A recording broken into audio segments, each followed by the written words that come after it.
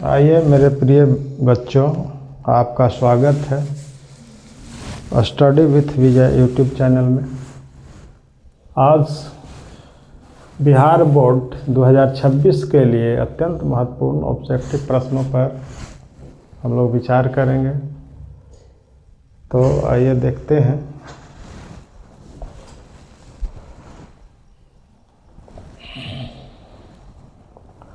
आज का पहला प्रश्न क्या है? पीसीएपी का दूसरा पद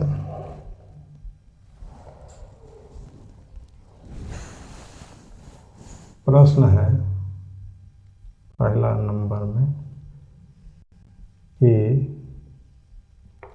किसी एपी का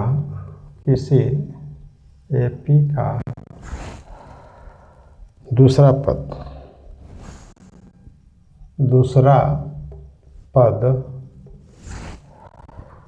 13 और इसका पांचवा पद 25 है और इसका पांचवा पद 25 है। सार्व अंतर क्या होगा? सार्व अंतर क्या होगा, यह ज्ञात करना है। ऑप्शन में दिया गया है ए में 2 है, बी ऑप्शन में है 3, सी ऑप्शन में है 4 और डी ऑप्शन में है 5। कौन सा ऑप्शन सही है हमें बताना है। तो एपी का दूसरा पद है 13 और इसका पांचवा पद 25 है। दूसरा पद 13 है। दूसरा पद यानी A2 बराबर क्या होता है? सूत्र है A प्लस डी। अगर पहला पद को A माने और सार्व अंतर को D माने तो A2 बराबर क्या होता है? दूसरा पद बराबर क्या होगा? A में D जोड़ेंगे तो दूसरा पद मिलता है, इसलिए A प्लस डी। ये दूसरा पद 13 है, यानी A2 का मान कितना दे दिया है? 13 बराबर A प्लस डी यहाँ पर दिया है, इसको हम 1 मान लेते हैं। और इसका पांचवा पद 25 है, यानी A5 बराबर क्या होता है? A प्लस 4D होता है। यानी पांचवा पद कितना दे दिया है? 25 दिया है, तो 25 बराबर क्या हो जाएगा? A प्लस 4D यानी 2। यहाँ पर हम देखते हैं 2 में से 1 को घटाएंगे, समीकरण 2 में से 1 को घटा देंगे। समीकरण 2 में से 1 को घटाने पर तो यहाँ 25 में से 13 घटेगा, कितना बचेगा? यानी 25 माइनस 13 बराबर A plus 4D minus A minus D। ये वाला 25 में से 13 गया, कितना बचेगा? 12 बराबर A कट जाएगा, 4D माइनस D यानी 3D। 3 से ही कट गया, 3 चौके। सार्व अंतर ज्ञात करना था, तो D का मान कितना निकला? 4 निकला। 4 हमारा ऑप्शन सी सही। ये सही उत्तर सी हो गया। ये अगला प्रश्न देखते हैं। अगला प्रश्न में क्या कहा जा रहा है?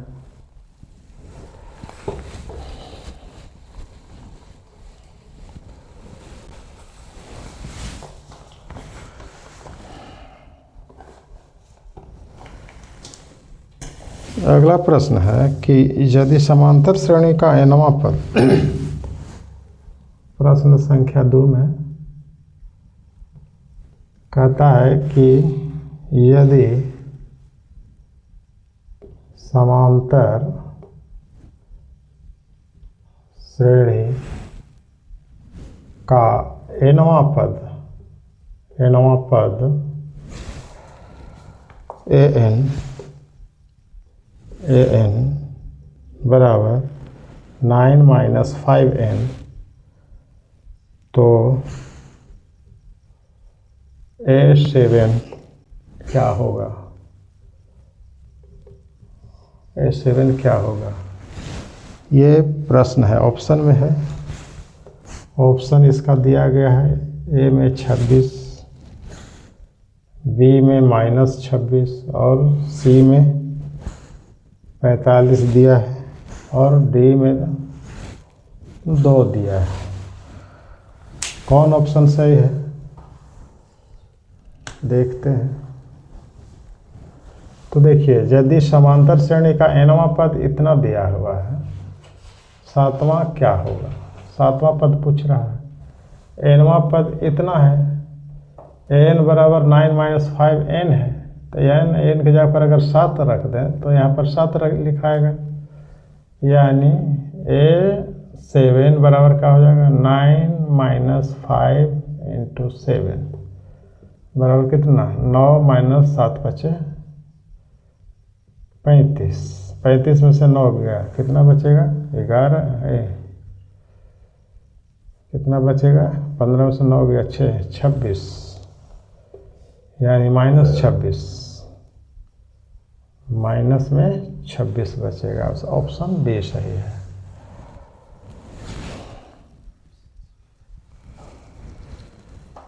आइए अगला प्रश्न देखते हैं।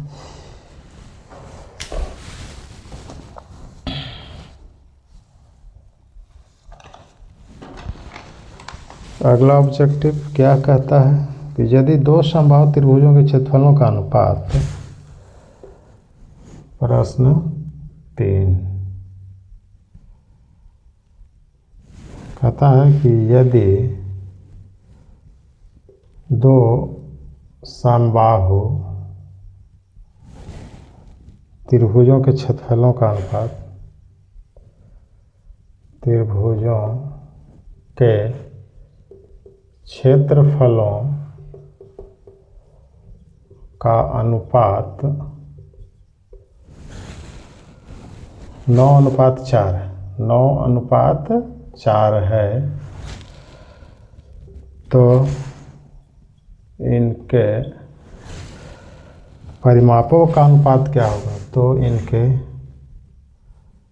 परिमापों का अनुपात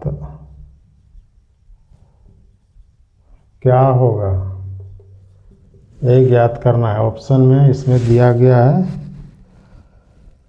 27:8, बी ऑप्शन में है 3:2, सी ऑप्शन में है 9:4 और डी ऑप्शन में है 4:9।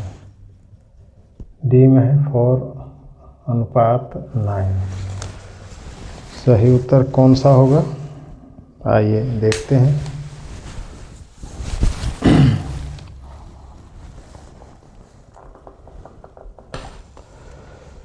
तो यहाँ पर क्या कहता है कि यदि 2 समबाहु त्रिभुजों के क्षेत्रफलों का अनुपात, समबाहु त्रिभुज के क्षेत्रफलों का अनुपात दिया हुआ है, तो इनके परिमापों का अनुपात क्या होगा? समबाहु त्रिभुज के क्षेत्रफलों का अनुपात, यानी समबाहु त्रिभुज के क्षेत्रफल बराबर क्या होता है? √3/4 गुने भुजा स्क्वायर, यानी पहला का भुजा कितना? भुजा यदि समबाहु त्रिभुज के क्षेत्रफलों का अनुपात इतना दिया है, तो पहला का भुजा इतना, यानी पहला त्रिभुज का भुजा हम मान लिया जाए कि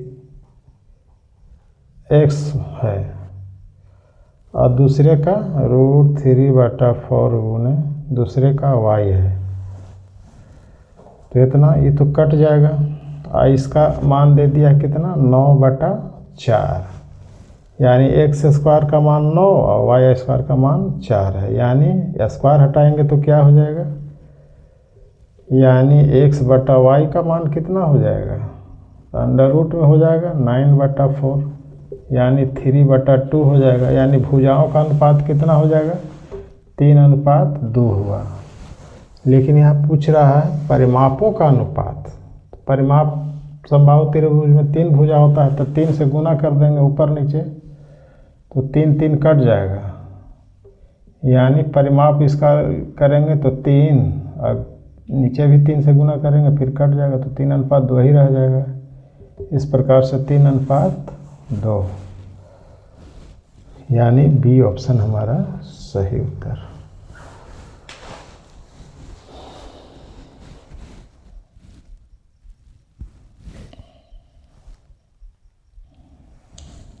अगला प्रश्न देखते हैं, प्रश्न संख्या 4।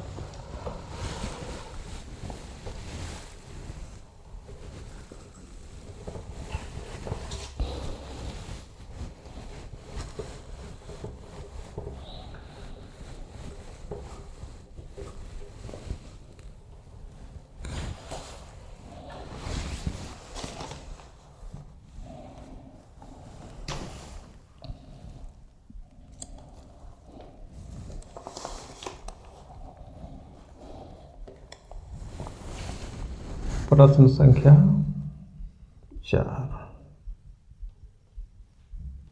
क्या कहता है कि बिंदु -4, 3 की स्थिति किस पाद में है? की स्थिति किस पाद में है?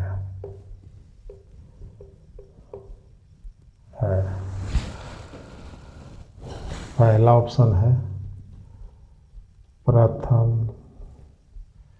बी में द्वितीय, सी में तृतीय और डी में चतुर्थ। किस पाद में होगा? यानी बिंदु, यानी x का मान -4 और y का मान +3। हम जानते हैं कि चतुर्थांश यानी पहला चतुर्थांश में x प्लस,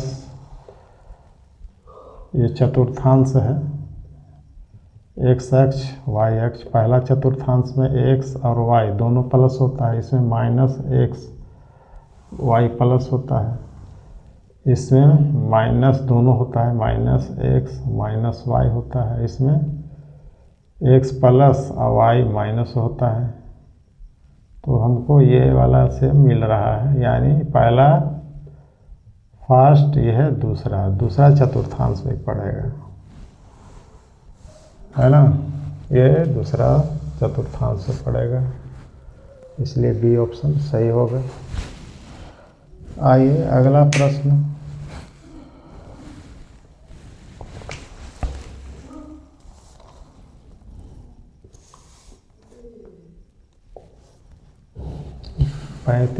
प्रश्न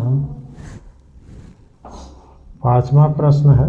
प्रश्न संख्या 5 में क्या कहता है कि y अक्ष का समीकरण क्या होगा? ये सवाल है। ऑप्शन में है x बराबर 0, बी में है y बराबर 0, सी में है कि x बराबर y और डी में है कोई नहीं। अच्छा सवाल है।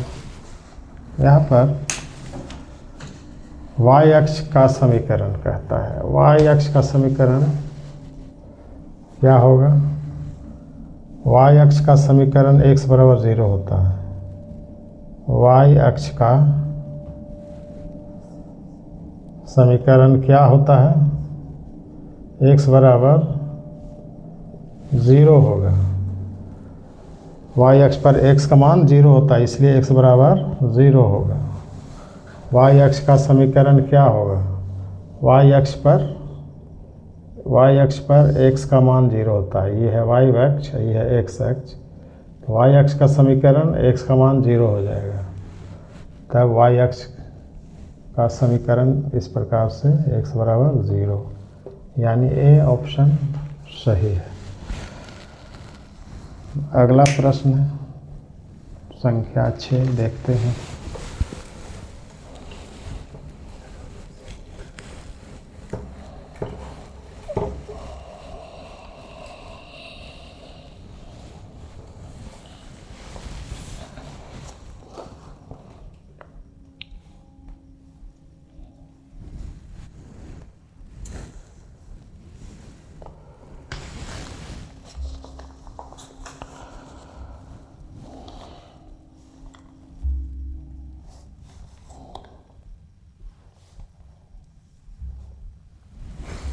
अगला प्रश्न 6 में क्या कहता है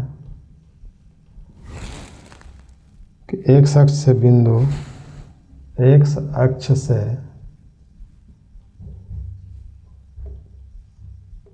बिंदु 3, 5 की दूरी क्या है?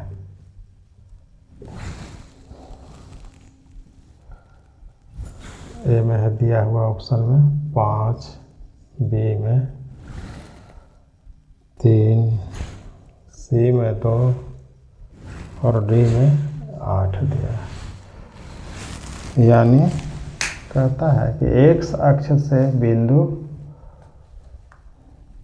3, 5 की दूरी क्या है x अक्ष से। तो x अक्ष से बिंदु 3, 5 की दूरी, जैसे मान लिया जाए ये है x अक्ष और ये है y अक्ष। ये x अक्ष है, ये y अक्ष है। तो x अक्ष से बिंदु इतना की दूरी, तो x अक्ष दूरी y निर्देशांक होगा, सही ना होगा, यानी 5 होगा। x से दूरी पूछ रहा है तो y निर्देशांक यानी y की ओर होगा। तो y का मान यहाँ पर y का निर्देशांक कितना 5 है, इसलिए ये सही होगा। अगला प्रश्न क्या है? प्रश्न संख्या 7। प्रश्न 7वां में क्या कहा जा रहा है?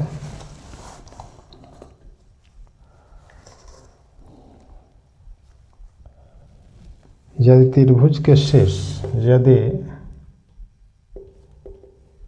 त्रिभुज के शीर्ष 0, 4, 0, 0 तथा 3, 0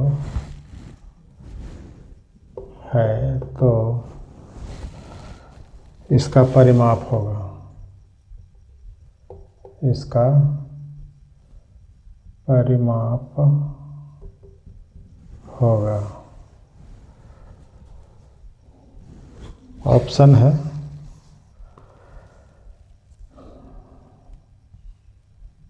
ऑप्शन है 5 इकाई, ए में है 5 इकाई, बी में है 12 इकाई और सी में है 12√5, 12√5 इकाई और डी में है 5√5 इकाई, 5√5 इकाई। ये है ऑप्शन। अब यहाँ पर त्रिभुज के शीर्ष दिया गया है तो इसका परिमाप पूछ रहा है। त्रिभुज का शीर्ष दिया हुआ, जैसे त्रिभुज है, इसका शीर्ष दिया हुआ है, मान लिया जाए कि ये है, इसका शीर्ष है 0, 4, ए बी 0 0 और C 3 0। इसका परिमाप पूछ रहा है, तो परिमाप तीनों भुजाओं का लंबाइयों का जोड़ होगा, यानी इसका दूरी अगर हम निकाल लें तो क्या हो जाएगा, अंडर रूट x1 है x2 है, यानी 0 - 0 तो 0 का स्क्वायर, फिर y2 - y1, y2 0 - 4 तो -4 का स्क्वायर, यहाँ पर प्लस -4 का स्क्वायर, यानी यहाँ पर हम लिखेंगे 0 - 0 का स्क्वायर प्लस 0 - 4, 0 - 4 का स्क्वायर प्लस, अगर इसका हम निकालें तो इसके लिए x2 हो जाएगा 3 - 0 का स्क्वायर, 3 - 0 का स्क्वायर, तो 3 का स्क्वायर हो गया, प्लस 0 - 0 का 0 का स्क्वायर, फिर प्लस में तीसरा भुजा ये है, यानी 0 - 3 का स्क्वायर, अंडर रूट 0 - 3 का स्क्वायर, ये 4 - 0 का स्क्वायर प्लस 4 - 0 का स्क्वायर, तो कितना हो जाएगा, ये 4 चौके अंडर रूट में 16 प्लस 3 तिया 9 प्लस 3 तिया 9 प्लस 4 चौके 16, यानी 16 का वर्गमूल 4, इसका वर्गमूल 3, 16 9 25 का वर्गमूल 5, 4 3 7 5 12 इकाई,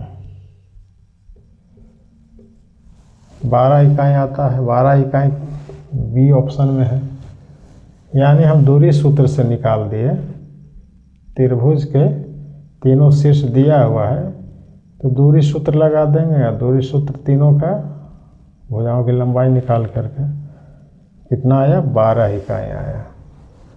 इस तरह से ऑप्शन बी आपका सही उत्तर प्राप्त होता है। आप जानते होंगे दूरी सूत्र x2 - x1 है ना, उस आधार पर किया गया। आइए अब अगला प्रश्न संख्या 8।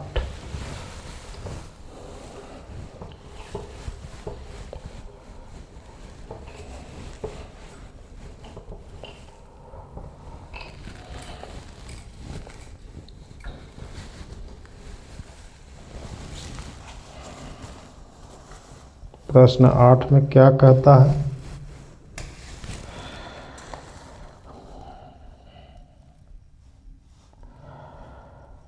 कि यदि बिंदु, 8वां प्रश्न है कि यदि बिंदु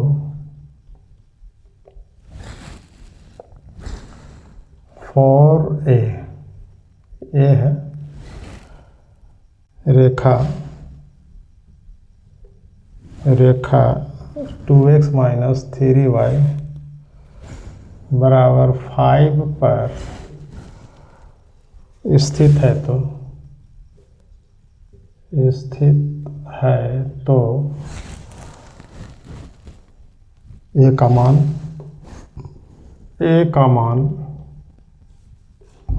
होगा, क्या होगा, ऑप्शन ए में 1 होगा, बी में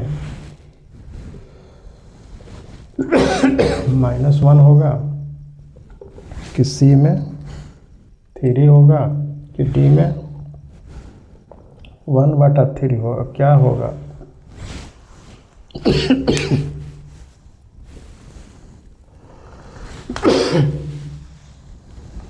तो देखते हैं, यहाँ पे कहता है यदि बिंदु 4 ए रेखा 2x - 3y बराबर 5 पर स्थित है, यानी x का मान 4 और y का मान a दिया हुआ है,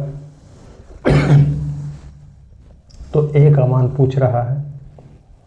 तो यहाँ पर 2x - 3y बराबर 5 में x बराबर 4 और y बराबर a रखने पर रखेंगे। x की जगह पर 4 है यानी 2, यहाँ पर हम 4 बैठाएंगे, -3 y की जगह पर a है बराबर 5 और 4 दूनी के 8 -3a बराबर 5। इसको इधर लाएंगे, इसको इधर ले जाएंगे तो 8 -5 बराबर 3a इधर आ जाएगा, प्लस में हो जाएगा और 8 में से 5 गया 3 बराबर 3a यानी 3 से एक बार में कट गया यानी 1 बराबर a का मान कितना आया? 1 आया। ये ऑप्शन सही उत्तर होगा। समझ गए? आइए अगला प्रश्न नंबर 9 देखते हैं इसमें क्या है।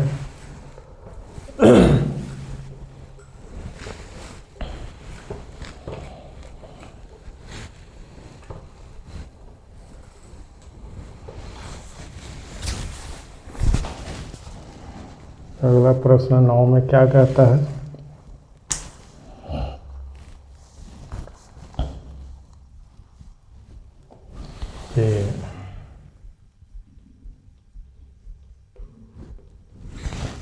यदि किसी त्रिभुज के शीर्ष के नियामक यदि किसी त्रिभुज के शीर्ष के नियामक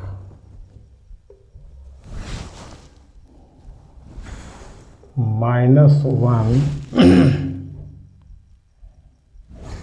0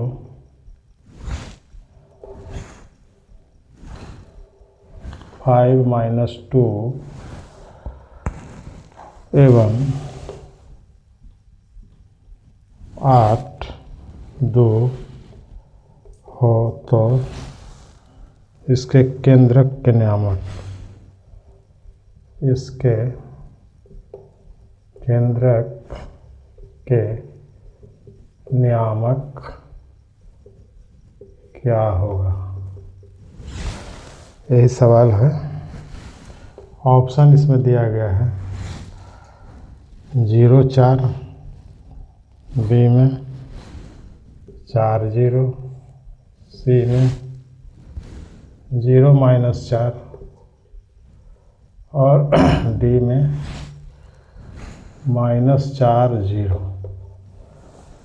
कौन सा ऑप्शन सही होगा? तो देखते हैं।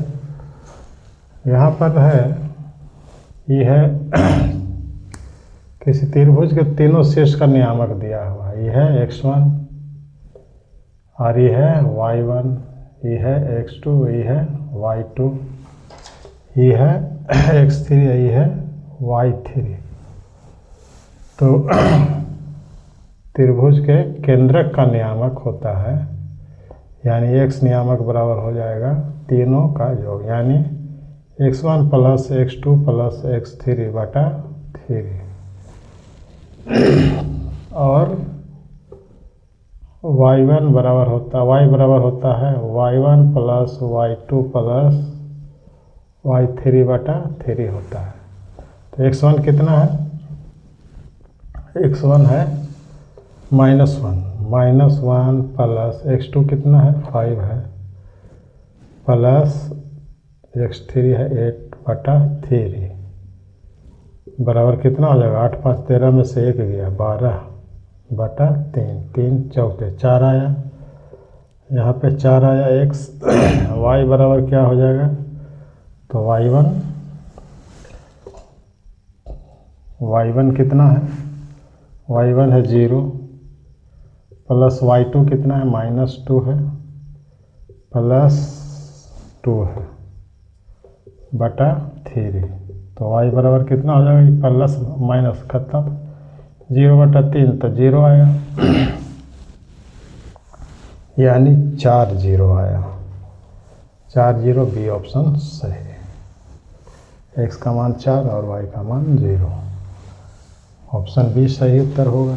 अगला प्रश्न हम देखते हैं, प्रश्न संख्या 10।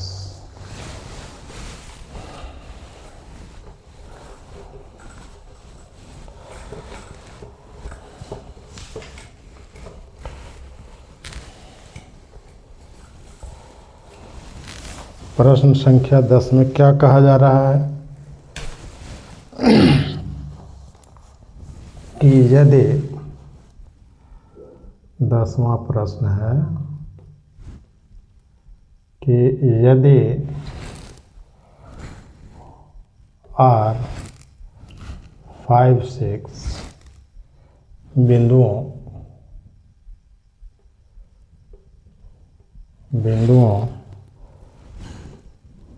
A 6 5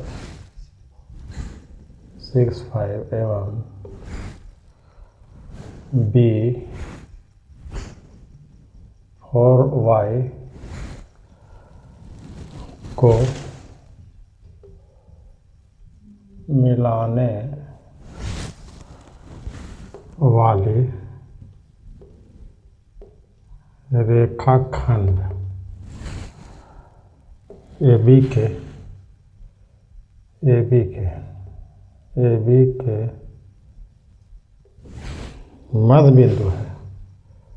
मध्य बिंदु है तो y का मान होगा। तो y का मान होगा, क्या होगा?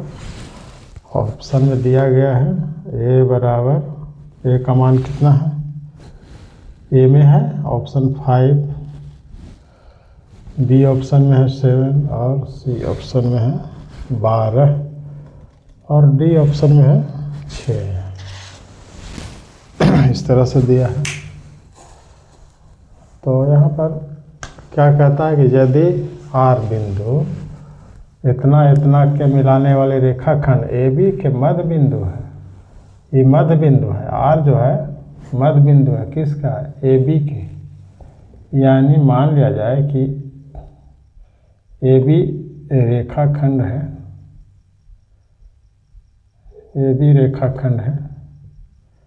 ए का निर्देशांक दिया है 6 5 और बी का निर्देशांक कितना है?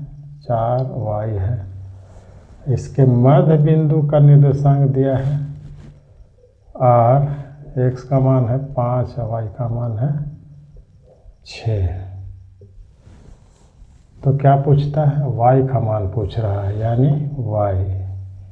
यहाँ पर y निर्देशांक, मध्य बिंदु का y निर्देशांक, यानी y बराबर क्या होता है?